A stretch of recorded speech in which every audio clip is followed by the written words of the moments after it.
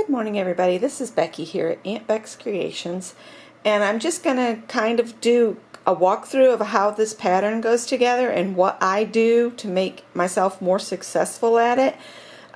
As a person that's sewn for a lot of years, you get into the habit of just jumping in saying, oh, I know exactly how this will go together, or I don't need to read every single step. But as a person that has learned her lesson from making some mistakes and having to use the seam ripper a lot over the years, I mean, I'm 57. I've been sewing since the age of about 9, and I am actually gotten myself to where I'll pull the instructions out and read everything. Even if you look over here on this side of I read the general directions. You want to know what your seam allowance is. You want to know if there's any special cutting rules, and there are for this. So what I'm going to do, and I'll come back and show you what it looks like when I'm done, is I went and I picked out a highlighter there, and I'm going to go through and highlight the things I really need to know for view A. And if I did a different view another time, all I got to do is use a different colored highlighter. This time I'm using the orange. And I'm going to highlight everything I need to know, and I'll show you what that looks like. And then we'll go from there.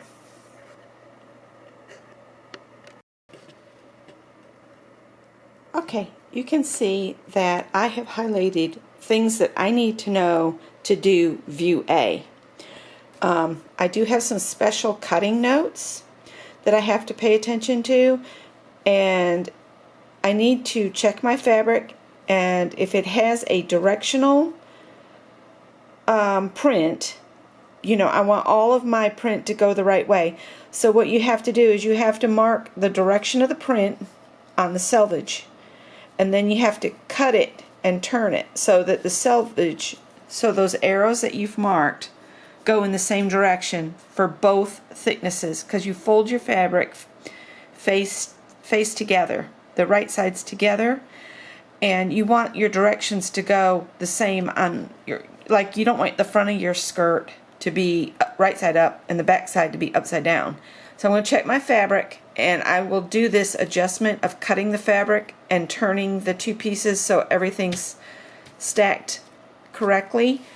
If you come over here to the layouts, this is for a 44 to 45 inch fabric, and then over here for my size, this is the layout for 58 to 60 inch fabric. I know a lot of people don't worry about the layouts.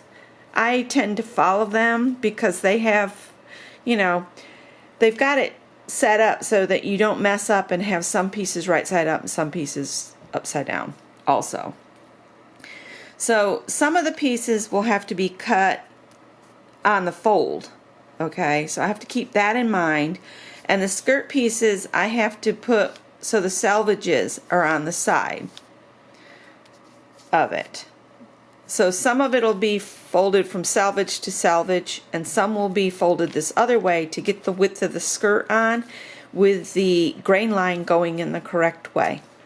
Then I'm just going to show you the back of the sheet, and I'm only following the instructions for dress A, and I've highlighted everything I need to do. So stay stitching, and you do stay stitching to keep necklines and waistlines from stretching out as you're working with them. Then I'm going to skip 2, 3, 4 because they apply to views B and D only. So then it goes back and it says for all views, and then it tells you from then on. And then when you see neckband CD, you don't have to do that because I'm doing view A. So that's why I highlight the ones that I'm actually going to have to do. It saves me a lot of time of rereading things if I've gone through and highlighted them before. So then that's done with that sheet, and then this is the second sheet. So you see I do those two, skip all of this, skip all of that, and then I start doing this. Don't do any of that, and then go back to this, and then I end here. So when you are a first-time sewer, I think I end there. Or yeah, see, I got that wrong. This was the third sheet. Here, I had to do this, skip these, skip that, do that, then flip this over. You have to do them in the order that they're numbered, basically. And if when you're a first-time sewer, you look at all of this information and you might get overwhelmed, but you're only doing one view for the most part on a pattern. So don't let yourself get overwhelmed. Read your pattern through, mark the ones that are for your view with a highlighter, mark the different views. If you make another dress on this pattern, there's 3 views. You could do blue and pink for the other 2 views. And that way you're not having to reread the same thing over and over and over and over. I hope that makes sense. But this is just a tip for me, from me to you. And now I'm going to get to cutting and trying to figure out if I've got to do the special cutting layout for the, they say it's for directional fabric or fabric that has a nap. And a nap is like velvet. Like, you know, if you look at velvet, the nap goes one way, and if you get one piece going with the nap down and then the nap up, it'll be visible on your project. Very visible. So let me see if I can figure this layout out and everything, and we'll come back and I'll show you some things as I go along.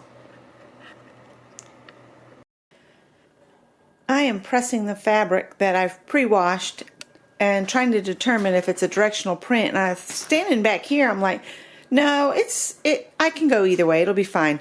But then I get closer as I'm ironing, and I noticed little cardinals peeking out that I had not even noticed in the store.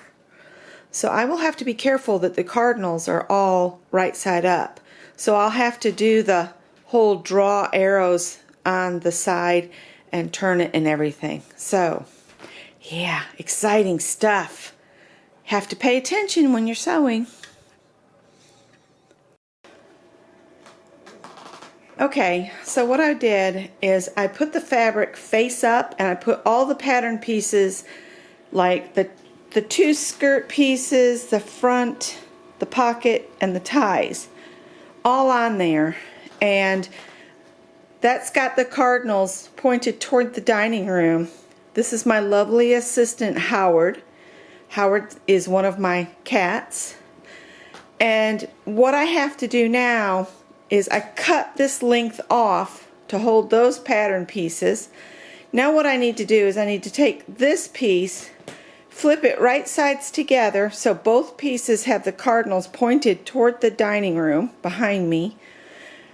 And then I'll put all my pieces down and cut them out. And then what remains right here is supposed to take care of my sleeves, my bodice, and my some of my facings that may or not work. I don't know that this is enough fabric for all of those pieces. We will see. I may have needed to have bought more, slightly more fabric, maybe another 1/3 yard.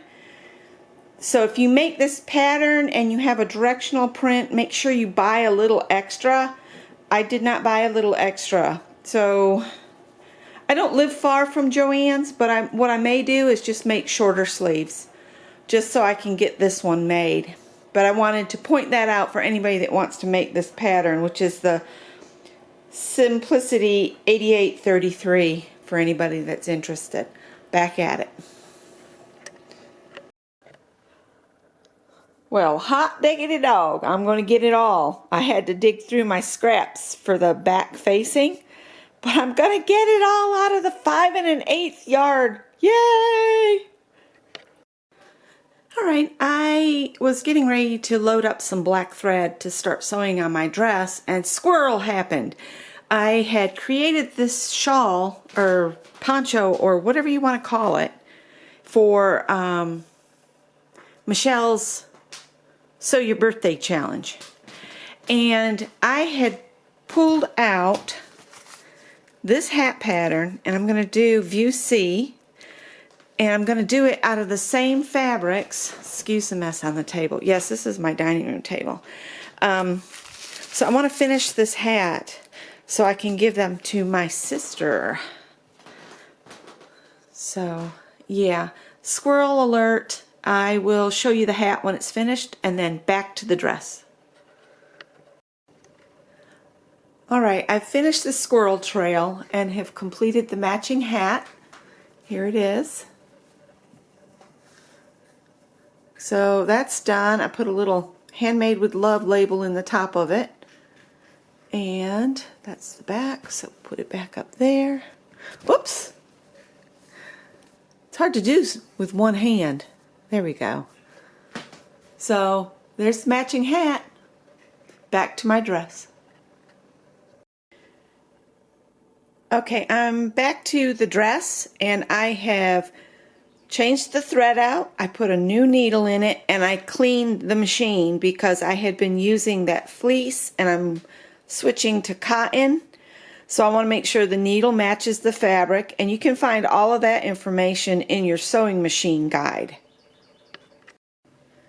Alright, and as you can see, I went through and I marked everything I need to do for the view A, the view that I'm going to do.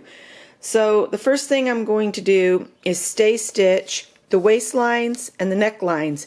You want to do this so that as you are working through a pattern, you will not get the stretch, because sometimes necklines and waistlines, they'll stretch out from the handling that you do while sewing it. So I'll stay stitch, then I skip these and I do this, which is sewing the fronts together. Then I'm going to sew the front to the back at the shoulder seams.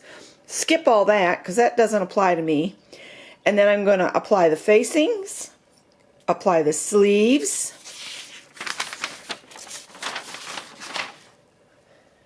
and so on. But you can see I'm not going to have to do everything on this page. You have to just look for the view you are doing when there's multi-views, different things. So it is helpful to go through. Plus, if you do the pre-reading, you know what's coming. You know how your pattern's going to flow. You don't miss something because you've read it clearly enough that you've highlighted it. That's just a tip I have for when you're sewing. It's not necessary. It's just something I like to do to make sure I'm not missing anything, because as someone that has sewn a while, you get into the habit of, oh, I know what's next, I know what's next, I know how to do this. Well, some pattern companies might want to teach you a new technique that you're going to avoid, and then you really need to do it. So I don't know if that made sense, but sometimes it's important to read instructions, basically. So let me get to sewing, and we'll come back as I get maybe the bodice together. I almost forgot that I need to do some markings at like dot placement, the pocket placement, and that kind of thing. I use the dressmakers. This is really old. It still works. Dressmakers tracing paper. And some of it I will mark on the front of the fabric, like the pocket placement. And so I'm going to use a white dressmaker's tracing paper piece. And what I do is I just put the side that's shiny down onto the fabric, and I'll slide it under my pattern piece here, because this is right sides out on these skirt pieces. I've got them right sides out instead of facing each other. And I'll just lay that in there and trace around it, and it will make a line where the pocket needs to go. And I'll show you after I've marked it. Okay, it's really, really hard to see, but it's kind of a dashed line. You can kind of see it when it gets on the black, and it comes down and it turns there. So I can see it on here.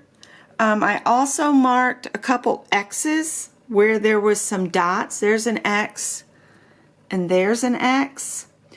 The white is the lightest color I have. I do have some yellow, so I might try some yellow and see if it shows up better. I just don't want to get too crazy with it in case it doesn't wash out. So that's how you use the tracing paper. You just put this between the layers and then just run your wheel back and forth to make the little dotted lines, because this makes a little dotted line because it's serrated like that. So that's how you use this dressmaker's paper. I just thought I'd show that in case somebody doesn't know how to use it. Thank you. Alright, this is just the front and the back hooked together. It's looking like it's going to be pretty low cut, but we'll see how that is. And this is Gertie, my dress form. And I'm kind of uncertain whether I maybe should have done a little bit of a full bust adjustment. I guess we'll find out when I get it finished. But that is the bodice so far. What I've been doing to save myself time is, since I've read all of the instructions, as I've been doing stay stitching, I've also done other processes, like I did the stay stitching on the front and the back, and then as the back was still under the foot acting as an ender, I did this seam here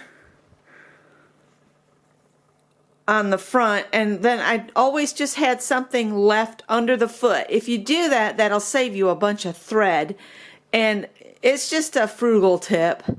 If you don't want to use an actual little piece of fabric to sew on and off, you can just look at all of your processes, all of your steps, and see which ones you can maybe sew ahead of time and just feed into the machine. It'll save you time too. You'll be surprised how much faster something will come together. So I'm currently working on stay stitching on the front, and then I will put the pockets on that. So the processes go quicker if you can, like production line, throw things, keep something under that foot constantly. So far so good.